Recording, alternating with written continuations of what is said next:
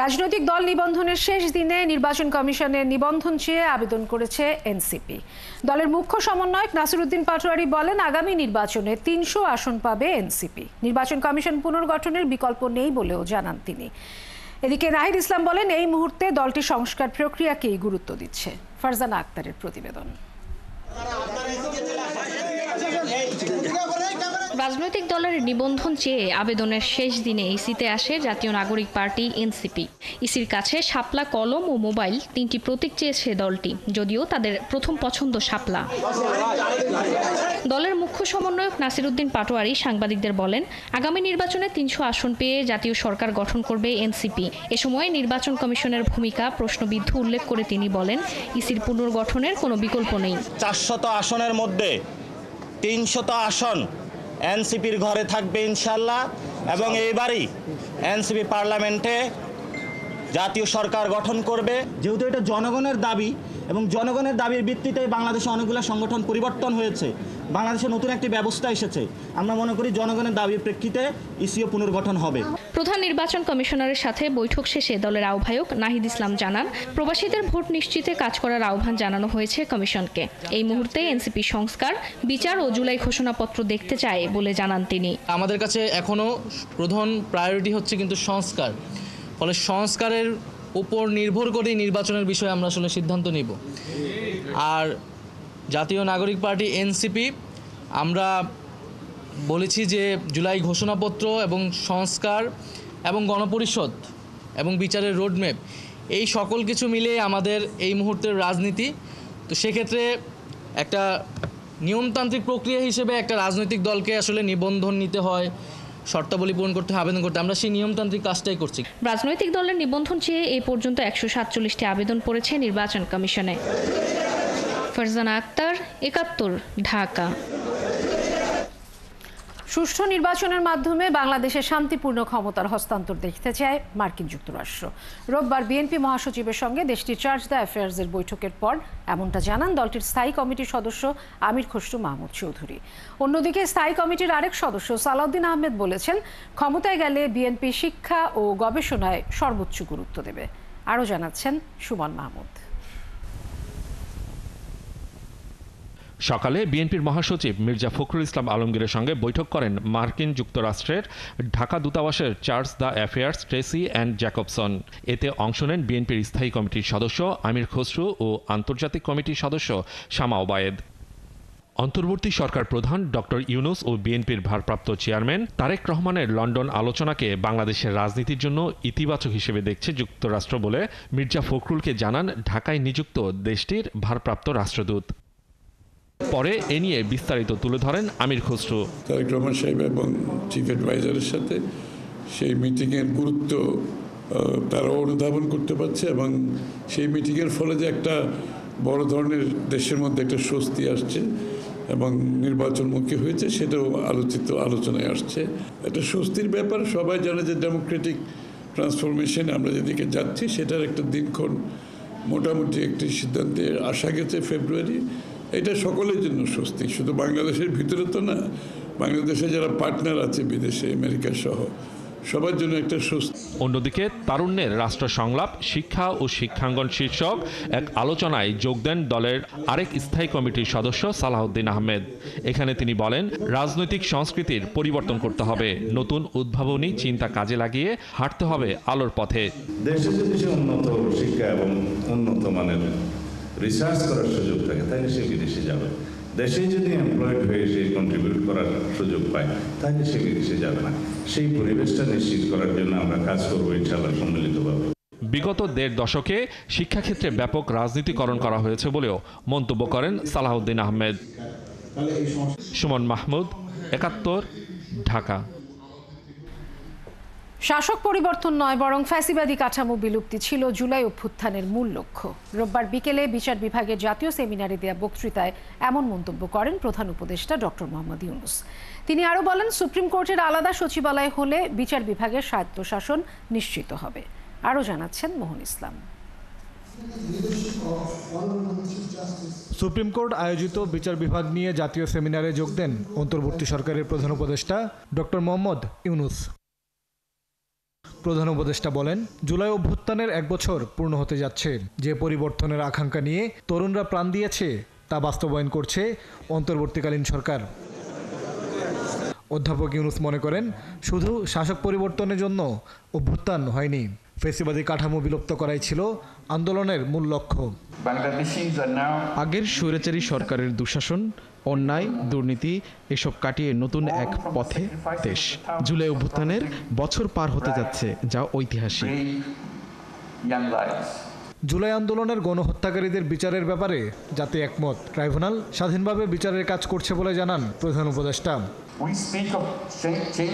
একটি রেজিম পরিবর্তনের জন্য অভ্যুত্থান হয়নি, ফ্যাসিবাদ কাঠামো বিলুপ্ত করতেই মানুষ আন্দোলনে নেমেছিলেন।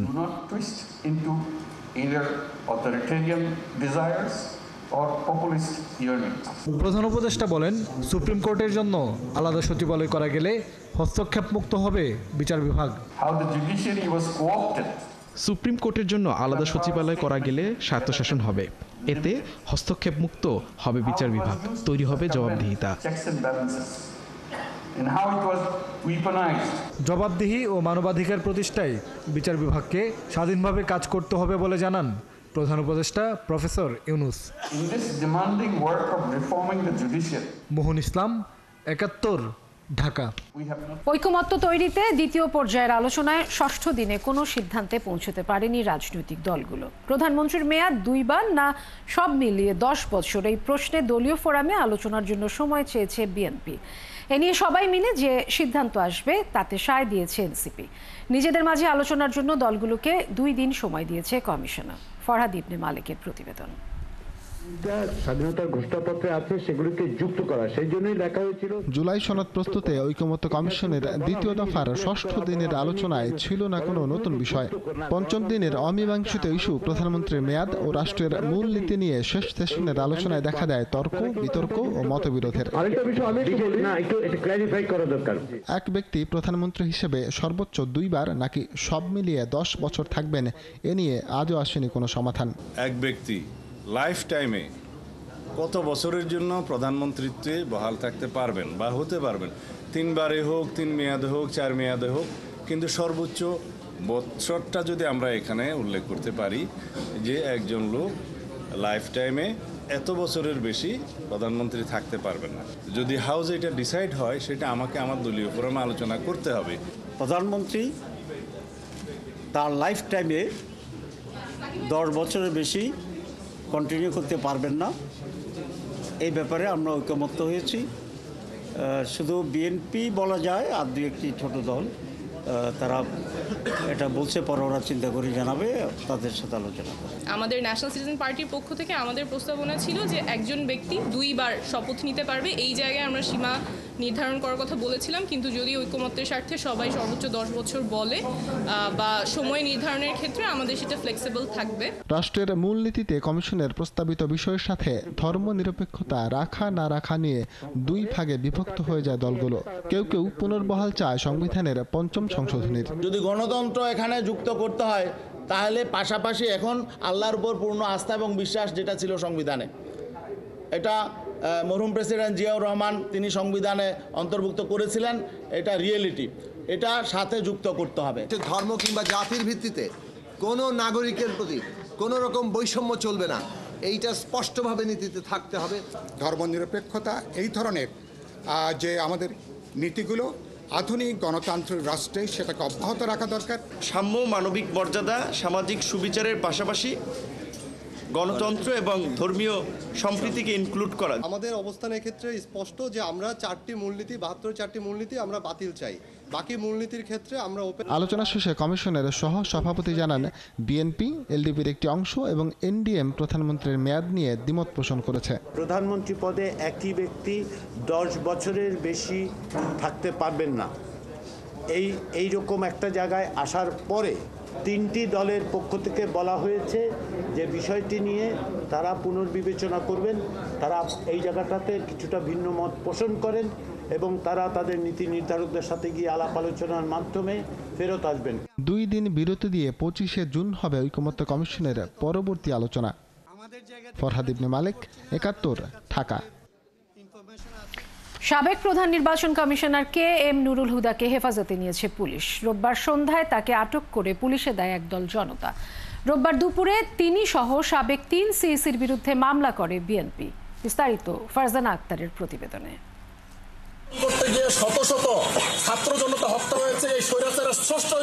সাবেক সিইসি KM নুরুল হুদার উত্তরার বাসভবনে যায় একদল উত্তেজিত জনতা। সেখানে মবের সৃষ্টি হয় এবং ওই ঘটনার একটি ভিডিও সামাজিক যোগাযোগ মাধ্যমে ছড়িয়ে পড়ে। খবর পেয়ে ঘটনাস্থলে যায় পুলিশ। সাবেক সিইসিকে আটক করে উত্তরা পশ্চিম থানায় নিয়ে যাওয়া হয়। সবশেষ সন্ধ্যায় নুরুল হুদাকে ঢাকা মহানগর গোয়েন্দা পুলিশের কার্যালয়ে আনা হয়। এদিকে দুপুরে শেরেবাংলা নগর থানায় আওয়ামী লীগ সরকারের আমলে দায়িত্বে থাকা 3 সাবেক প্রধান নির্বাচন কমিশনারের বিরুদ্ধে মামলার আবেদন করে বিএনপি। এর আগে তাদের বিচার চেয়ে দৃষ্টি আকর্ষণ করা হয় বর্তমান প্রধান নির্বাচন কমিশনারেরও। প্রধান নির্বাচন কমিশনার 2014 সালে যারা কমিশনার ছিলেন তারা, 2018 সালে প্রধান নির্বাচন কমিশনার ছিলেন যারা, তাদের সাথে কমিশনার, তাদের সাথে সচিব, এবং সর্বশেষ 2024 সালে যে নির্বাচন করেছে প্রধান নির্বাচন কমিশনার এবং তাদের কমিশনার বিন্দু সচিব সহ সংশ্লিষ্ট যারা আইন শৃঙ্খলা বাহিনী যারা অতি উৎসাহে জড়িত আছে তাদের আমরা নাম উল্লেখ করেছি। 2014, 18 ও 24-এর বিতর্কিত নির্বাচনের কারণে তৎকালীন প্রধান নির্বাচন কমিশনার সহ নির্বাচন সংশ্লিষ্ট ব্যক্তিদের বিচারের দাবি ওঠে 5 আগস্টের পর। নির্বাচন ব্যবস্থা সংস্কার কমিশনও সে সময় নির্বাচন কমিশনারদের বিচারের আওতায় আনার সুপারিশ জানায়। 2018 সালে একাদশ জাতীয় সংসদ নির্বাচনে ভোটের আগে রাতে ব্যালট বাক্স ভরে রাখার অভিযোগ ওঠে। নুরুল হুদা ক্ষমতাসীন আওয়ামী লীগের নির্দেশ পালন করতেন বলেও অভিযোগ করে বিএনপি।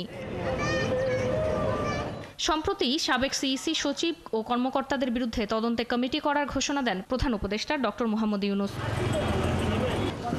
ফারজানা আক্তার, 71, ঢাকা। ইরানের 3টি পরমাণু কেন্দ্র লক্ষ্য করে মার্কিন হামলার পর আবারও ইসরায়েলের ভূখণ্ড লক্ষ্য করে হামলা চালিয়েছে তেহরান। পাল্টা হামলা চালিয়েছে তেল আবিবও। ইরানের পররাষ্ট্রমন্ত্রী আব্বাস আরাকচি বলেছেন, পারমাণবিক স্থাপনায় হামলা চালিয়ে যুক্তরাষ্ট্র আন্তর্জাতিক আইন লঙ্ঘন করেছে। আর হামলার পর তেজস্ক্রিয়তা বাড়েনি বলে জানিয়েছে IAEA। এর আগে ইরান যুক্তরাষ্ট্রের হামলার জবাবে পাল্টা আক্রমণ চালালে পরিণতি ভয়াবহ হবে বলে হুঁশিয়ারি দেন প্রেসিডেন্ট ডোনাল্ড ট্রাম্প। সৃষ্টি ঘটকের প্রতিবেদন। 2 সপ্তাহ পার হওয়ার আগেই স্থানীয় সময় শনিবার রাতে মার্কিন বিমান হামলায় কেঁপে উঠল ইরানের ফোর্দো, নাতানজ ও ইস্পাহানে পরমাণু স্থাপনা।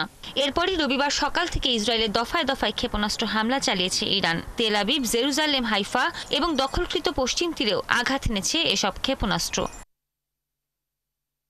থেমে নেই ইসরায়েলও। ইরানের হামলার পর দেশটির পশ্চিমাঞ্চল লক্ষ্য করে পাল্টা হামলা শুরু করেছে দেশটির প্রতিরক্ষা বাহিনী IDF। এর আগে হামলা চালিয়ে স্থানীয় সময় শনিবার রাতে জাতির উদ্দেশ্যে দেয়া ভাষণে যুক্তরাষ্ট্রের প্রেসিডেন্ট ডোনাল্ড ট্রাম্প দাবি করেন, মার্কিন বিমান হামলায় ইরানের পারমাণবিক স্থাপনা পুরোপুরি ধ্বংস হয়ে গেছে। তেহরান যদি শান্তি স্থাপন না করে তবে আরও হামলা চালানোর হুমকিও দিয়েছেন ট্রাম্প।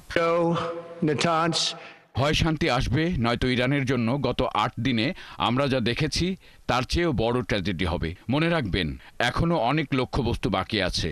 যদি শান্তি দ্রুত না আসে তাহলে আমরা নির্ভুলতা, দ্রুততা এবং দক্ষতার সঙ্গে আমাদের লক্ষ্যবস্তুতে হামলা চালাবো। শুধু তাই নয়, ইরানে হামলা চালিয়ে নিজেই নিজেকে ধন্যবাদ জানিয়ে ট্রুথ সোশ্যালে পোস্ট দিয়েছেন ট্রাম্প।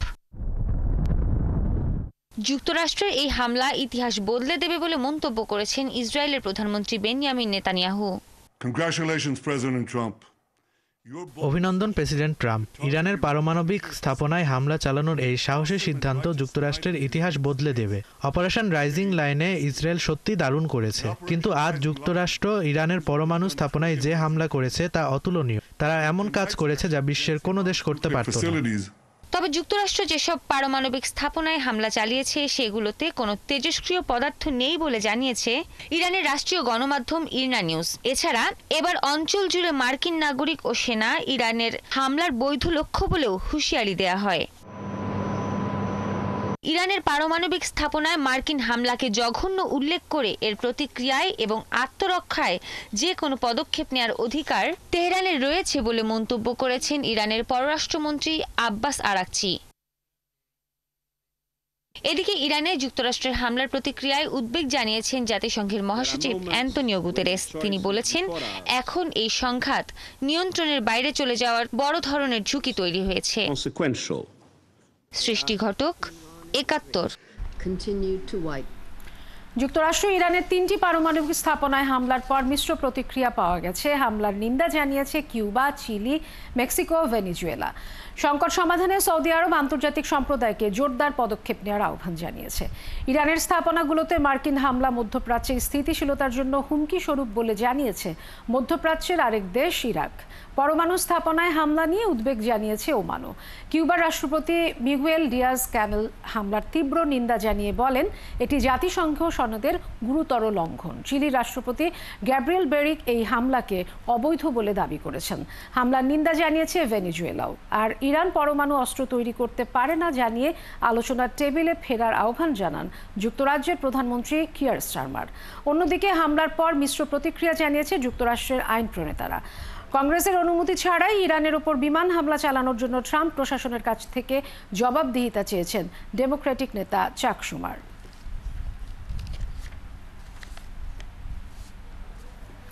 মার্কিন হামলার জবাবে ইরানের প্রতিক্রিয়া কেমন হতে পারে তা নিয়ে চর্চা এখন তুঙ্গে। এক্ষেত্রে ইরানের সম্ভাব্য 4 পদক্ষেপ নিয়ে আলোচনা উঠে এসেছে বিশ্ব গণমাধ্যমে। মধ্যপ্রাচ্যে মার্কিন স্বার্থ সংশ্লিষ্ট স্থাপনায় হামলা ও হরমুজ প্রণালী বন্ধ করে দিতে পারে ইরান, তবে বসে নেই যুক্তরাষ্ট্র। ইরানের যে কোনো প্রতিক্রিয়া মোকাবেলায় প্রস্তুতি নিচ্ছে দেশটি। বিস্তারিত মনিরুজ্জামান বাবুর প্রতিবেদনে। ইরানের পারমাণবিক স্থাপনায় যুক্তরাষ্ট্রের হামলার পর বর্তমানে ওই অঞ্চলে থাকা মার্কিন সেনা, ব্যবসার প্রতিষ্ঠান ও নাগরিকরা সম্ভাব্য হামলার ঝুঁকিতে রয়েছে। তবে সবকিছুই নির্ভর করবে ইরানের পাল্টা চালের ওপর। ব্রিটিশ গণমাধ্যম দ্য টেলিগ্রাফ বলছে ইরানি হামলার আশঙ্কায় মধ্যপ্রাচ্য, বিশেষ করে সংযুক্ত আরব আমিরাত, জর্ডান ও সৌদি আরবে মোতায়েন থাকা 40,000 মার্কিন সেনাকে সর্বোচ্চ সতর্কতায় রাখা হয়েছে। যুক্তরাষ্ট্রের জন্য ইরানের যে সম্ভাব্য হুমকিগুলো রয়েছে তার মধ্যে প্রথমেই রয়েছে ব্যালিস্টিক মিসাইল। ইরানের সবচেয়ে প্রচলিত প্রতিক্রিয়া হতে পারে ব্যালিস্টিক মিসাইল ব্যবহার করে হামলা। নিউ ইয়র্ক টাইমসের দাবি, মার্কিন ঘাঁটিগুলোর বিরুদ্ধে ক্ষেপণাস্ত্র হামলার প্রস্তুতি নিচ্ছে ইরান। মধ্যপ্রাচ্যে, বিশেষ করে আরব আমিরাত, জর্ডান ও সৌদি আরবে যুক্তরাষ্ট্রের 20টিরও বেশি ঘাঁটি রয়েছে। টেলিগ্রাফের প্রতিবেদন অনুযায়ী বাগদাদের মার্কিন দূতাবাসকে প্রধান লক্ষ্য বানাতে পারে ইরান। এই আশঙ্কায় দূতাবাসটি ইতিমধ্যেই প্রায় খালি করে ফেলা হয়েছে। ইরান যদি মনে করে তার অস্তিত্ব হুমকির মুখে, তাহলে সৌদি আরব, আমিরাত সহ উপসাগরীয় অঞ্চলে জ্বালানি স্থাপনায় হামলা হতে পারে। এছাড়া হরমুজ প্রণালী বন্ধেরও হুমকি রয়েছে। প্রতিবেদন অনুযায়ী বিশ্বের 20% তেল এই পথ দিয়ে যায়। ইরান সহজেই এই প্রণালীকে মাইন পুঁতে বন্ধ করে দিতে পারে এবং জাহাজ চলাচল বন্ধ করতে পারে। ইরানের সবচেয়ে কার্যকর কৌশল হল প্রক্সি গোষ্ঠী ব্যবহার করে হামলা চালানো। হিজবুল্লাহ ও হামাসকে দিয়ে ইসরায়েলের বিরুদ্ধে হামলা আর হুতিদের মাধ্যমে লোহিত সাগরে বাণিজ্যিক জাহাজে হামলা চালানো। তবে প্রতিটি পদক্ষেপের সঙ্গে রয়েছে রাজনৈতিক ঝুঁকি, বিশেষ করে যুক্তরাষ্ট্রের সরাসরি যুদ্ধ জড়ানোর আশঙ্কা। বিশেষজ্ঞদের ধারণা, ইরান সীমিত প্রতিক্রিয়া জানাবে, কারণ পুরো দমে যুদ্ধ শুরু হলে সেটি হবে তেহরান ও মধ্যপ্রাচ্যের জন্য আত্মঘাতী। তৈরি করতে পারে তৃতীয় বিশ্বযুদ্ধেরও ঝুঁকি। মনিরুজ্জামান বাবু, ৭১। অন্তর্বর্তী সরকারের উপদেষ্টা পরিষদে পাশ হলো ৭,৯০,০০০ কোটি টাকার ২০২৫-২৬ অর্থ বছরের বাজেট। বাজেট প্রস্তাবনায় থাকলেও অপ্রদর্শিত অর্থ বৈধ করার বিষয় বাতিল করা হয়েছে বলে জানান অর্থ উপদেষ্টা। বাজেটে জিডিপি প্রবৃদ্ধি ৫.৫ আর মূল্যস্ফীতি ৬.৫% নামানোর লক্ষ্যমাত্রা নির্ধারণ করা হয়েছে। জানান, প্রস্তাবনার চেয়ে মূল বাজেটে সামাজিক নিরাপত্তা খাতে অতিরিক্ত ১০,০০০ কোটি টাকার বাড়তি দেওয়া হয়েছে। শারমিনীরা রিপোর্ট। চমক দিয়ে নয়, খাদের কিনারা থেকে টেনে তোলার চ্যালেঞ্জ ছিল এবারের বাজেটে। রোববার বাজেট পাশের পর আয়োজিত সংবাদ সম্মেলনে সে কথাই মনে করে দিলেন অর্থ উপদেষ্টা। ভাঙা গাড়িটাকে ঠিকঠাক করে বা যেটা আমরা খাদের কিনারে চলে গেছিলাম আমরা ঠিকঠাক করে নিয়ে আসা। আমার এখানে চমক দেওয়ার মতো একেবারে কিছু করার কিন্তু নাই। তবে প্রায় ৭,৯০,০০০ কোটি টাকার বাজেটে সামাজিক নিরাপত্তা খাতে ৮১ থেকে ১০,০০০ কোটি টাকা বাড়িয়ে ৯১,০০০ কোটি টাকা করা হয়েছে জানান অর্থ উপদেষ্টা। তবে প্রস্তাবনায় থাকলেও কালো টাকা সাদা করার সুযোগ বাতিল করা হয়েছে। কারণ ব্যাখ্যা করেন অর্থ উপদেষ্টা ও এনবিআর চেয়ারম্যান। কালো টাকাটা বাবদ আমরা করেছি ইকোনমিক্সে যদি দেখেন, অনেকে আমাকে আবার বলছে এটা কেন করবেন, রাখেন। কারণ ধরেন একটা ভাই, আমার ভাই বোন মিলে একটা বাড়ি বিক্রি করেছে, আমার বোন আসলে 10 লক্ষ টাকা পেয়েছিল। এখন ও যদি ব্যাংকে যারা ধরবে, ধরেন তুই দিয়ে টাকা এখন, কারণ ওটা কিন্তু ওর দোষ নাই কোনো, মানে এটা কিন্তু অপরিদর্শিত। এখন কিন্তু আমরা মরালি নৈতিক দিক থেকে দেখলাম যে এটা এনকারেজ করে দিলে হিসাবে তো একজন সাফার করে এই জন্য করেছি আমরা। যাক, এটা পপুলার ডিমান্ডও ছিল যে আমরা একটা ইসে করেছি। Marginal rate 30%, regular tax plus 10% অতিরিক্ত দিবে। এটা কালো টাকা সাদা বলে আমরা মনে করি, এবং এটা নিয়ে আপনারা অথবা আমাদের কেউ কিন্তু এটা নিয়ে কেউ আপত্তি করে নাই। আগামী অর্থ বছরের বাজেটে ব্যবসায়ী বান্ধব ও বাইরের বিনিয়োগ সহজ হবে বলে মনে করছেন অর্থ উপদেষ্টা। ওভারঅল বাজেট আমি মনে করি যে অ্যাটলিস্ট এখন বিজনেসের যারা কনফিডেন্স নাই, কনফিডেন্স আসছে, বাংলাদেশ ব্যাংকের চেষ্টা করতে ব্যাংকের রেজলিউশন হিসেবে করতে, আর মোটামুটি আমার মনে হয় বা বাইরের বিনিয়োগ আসা বা পোর্টফোলিও ইনভেস্টমেন্ট আসা, এফডি আসা, আমার মনে হয় একটু বেটার হবে। সুইচ ব্যাংকে বাংলাদেশের বিনিয়োগ বাড়া নিয়ে প্রশ্নের জবাবও মিলল তার কাছে। কিছু কিছু হয়তো টাকা হতে পারে বাইরে, আমাদের অনেক বাইরের লোকজন আছে, তারা এখানে পাঠায় না, আর ওখানে পাঠায়। তো এইটা আমরা করছি, চিন্তা করছি, যেটা ডেফিনেটলি এটা আমরা দেখব। শারমিন নীরা, 71, ঢাকা। ডিজিটাল কন্টেন্ট নির্মাতা ও ইনফ্লুয়েন্সারদের কাজের স্বীকৃতি দিতে অনুষ্ঠিত হলো Meril presents marvel of tomorrow season 4। এবারের আসরে মোট 27টি ক্যাটাগরিতে গুণী কন্টেন্ট নির্মাতাদের সম্মাননা দেওয়া হয়, যেখানে এন্টারটেইনমেন্ট, ফ্যাশন ডিজাইনার, ডান্স ও হলিস্টিক ওয়েলবিং বিশেষভাবে প্রাধান্য দেওয়া হয়েছে। 22 জন শিল্প বিশেষজ্ঞদের কঠোর মূল্যায়নের মাধ্যমে 84 জন নমিনির মধ্যে থেকে পাবলিক ভোটিংয়ের মাধ্যমে বিজয়ী নির্ধারণ করা হয়। বাংলাদেশের বিনোদন জগতের দীর্ঘদিন ধরে মেরিল দেশের চলচ্চিত্র শিল্পী, নির্মাতা ও কলাকুশলীদের গুণগত কাজের স্বীকৃতি দিয়ে তাদের সম্মানিত করে আসছেন। এবার ডিজিটাল প্ল্যাটফর্মে কন্টেন্ট নির্মাতাদের উৎসাহিত করতে মেরিল এই উদ্যোগ নিয়েছে। জুলাই গণঅভ্যুত্থানের সময় রাজধানীর চানখারপুলে সংঘটিত মানবতা বিরোধী অপরাধের মামলায় আনুষ্ঠানিক অভিযোগ গঠনের শুনানি হবে 29 জুন। বিচারপতি গোলাম মুর্তজা মজুমদারের নেতৃত্বাধীন ট্রাইব্যুনাল 1 রবিবার এই আদেশ দেন। এই মামলার পলাতক 4 আসামির পক্ষে আইনজীবী নিয়োগ দিয়েছে রাষ্ট্র। আরও জানাচ্ছেন সৈকত সাদিক। 2024 সালের 5 আগস্ট বৈষম্য বিরোধী ছাত্র আন্দোলনের ডাকা মার্চ টু ঢাকা কর্মসূচি ঠেকাতে কঠোর ছিল আইন শৃঙ্খলা বাহিনীর সদস্যরা। ওই দিন শেখ হাসিনার পতন হলেও পুলিশের গুলির আঘাত থেকে রক্ষা পায়নি ছাত্র জনতা। রাজধানীর চানখারপুলের বিভীষিকাময় চিত্র এখনও সাক্ষী হয়ে দাঁড়িয়ে আছে সেই হত্যাকাণ্ডের। পুলিশের বুলেটের আঘাতে এখানে নিহত হয় নবম শ্রেণীর শিক্ষার্থী আনাস সহ 6 জন। এই ঘটনায় দায়ের করা মানবতা বিরোধী অপরাধের মামলার শুনানিতে হাজির করা হয় 4 পুলিশ সদস্যকে। এদের সবাইকে বরখাস্ত করেছে পুলিশ সদর দপ্তর। ট্রাইব্যুনাল আদেশ দেন আগামী 29 জুন এই মামলার অভিযোগ গঠনের শুনানি হবে। এর মাধ্যমে জুলাই গণঅভ্যুত্থানের প্রথম কোনো মামলার শুনানির দিন ঘোষণা করা হলো। গ্রেপ্তারি পরোয়ানা জারি হয় নাই মর্মে রিপোর্ট আসার পর পত্রিকা বিজ্ঞপ্তি দেওয়া হয়েছে। পত্রিকা বিজ্ঞপ্তি ট্রাইব্যুনালে জমা দেওয়া হয়েছে। পরবর্তী তারিখ 29 জুন চার্জ হিয়ারিংয়ের জন্য নির্ধারণ করা হয়েছে। আগামী রবিবার 8 জন আসামির 4 জন পলাতক, 4 জন হাজির আছেন, তাদের লয়াররাও ছিলেন। চানখারপুল হত্যাকাণ্ডের মামলার পলাতক রয়েছেন অপর 4 আসামি, ডিএমপির সাবেক কমিশনার হাবিবুর রহমান, সাবেক যুগ্ম কমিশনার সুদীপ কুমার চক্রবর্তী, রমনা অঞ্চলের সাবেক অতিরিক্ত উপকমিশনার আক্তারুল ইসলাম ও রমনা অঞ্চলের সাবেক সহকারী কমিশনার মোহাম্মদ ইমরুল। এদের পক্ষে শুনানির জন্য আইনজীবী নিয়োগ দিয়েছে রাষ্ট্র। এটা আইন পরিষ্কার যে স্টেট ডিফেন্স দিতে হবে এই মামলা, ট্রায়ালের মামলায়, কন্টেম্প প্রসিডিংয়ে নয়, ট্রায়ালের মামলায় দিতে হবে। কাজী আইন ট্রাইব্যুনাল অবশ্যই দিবেন এবং এটা টোটালি ট্রাইব্যুনালের এখতিয়ার। গত 25 মে এই মামলার আসামিদের বিরুদ্ধে অভিযোগ আমলে নেয় ট্রাইব্যুনাল 1। এরপর আদালতের নির্দেশনা অনুযায়ী পলাতক আসামিদের হাজির করতে পত্রিকায়ও বিজ্ঞপ্তি দেওয়া হয়। সৈকত সাদিক, 71, ঢাকা। রাজধানীর বিভিন্ন পয়েন্টে আজও আন্দোলন করেছে কয়েকটি সংগঠন। প্রেস ক্লাবে পুলিশের সঙ্গে সংঘর্ষে জড়িয়েছে বিক্ষোভকারীরা। এ সময় আহত হয়েছে আন্দোলনে নামা বেশ কজন। আর হোটেল ইন্টারকন্টিনেন্টালের সামনে পুলিশের সঙ্গে উত্তেজনা ছড়িয়েছেন প্রবাসী শ্রমিকদের স্বজনরা। আরও জানাচ্ছেন সুমন তানভীর। শনিবার সকালে জাতীয় প্রেস ক্লাবের সামনের দৃশ্য এটি। শিক্ষক নিবন্ধনের সনদের দাবিতে আন্দোলনরত বিক্ষোভকারীরা মূল সড়ক অবরোধ করলে সৃষ্টি হয় এমন পরিস্থিতির। মারমুখী হয়ে ওঠে পুলিশ।